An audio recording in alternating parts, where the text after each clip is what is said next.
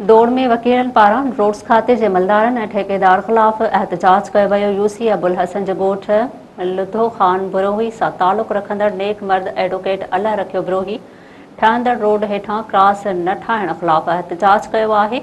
उन मौक़े ते वकील अलाह रखियो बिरोही सहाफ़ियुनि अॻियां दाहींदे चयो आहे त संदसि ॻोठ देह 58 नुसरत में वाक़िए आहे, जिथे वर्ल्ड बैंक जे सहकार सां बलोचपुर खां वाया महर अली जमाली उभर तरफ़ 40 फुट वेकिरो रोड मंज़ूर कयो वियो आहे। उन चयो आहे त संदसि ज़मीन मां सरकारी वाटर कोर्स बि गुज़रे थो, पर रोड जे तामीर दौरान हेठां नालो ठाहिण बजाए उनखे नज़रअंदाज कयो वियो आहे, जंहिं सबबि बरसाती पाणीअ जो नेकाल न हुजण करे ॾुखियायूं पेश ईंदियूं।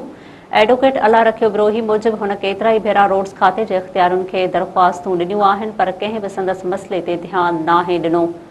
हुन आला इख़्तियारुनि खां मुतालबो कंदे चयो आहे त मामले जो फ़ौरी तौर ते नोटिस वठी रोड हेठां क्रॉस ठहिराए अवाम ऐं आबादगारनि जी परेशानी ख़तमु कई वञे।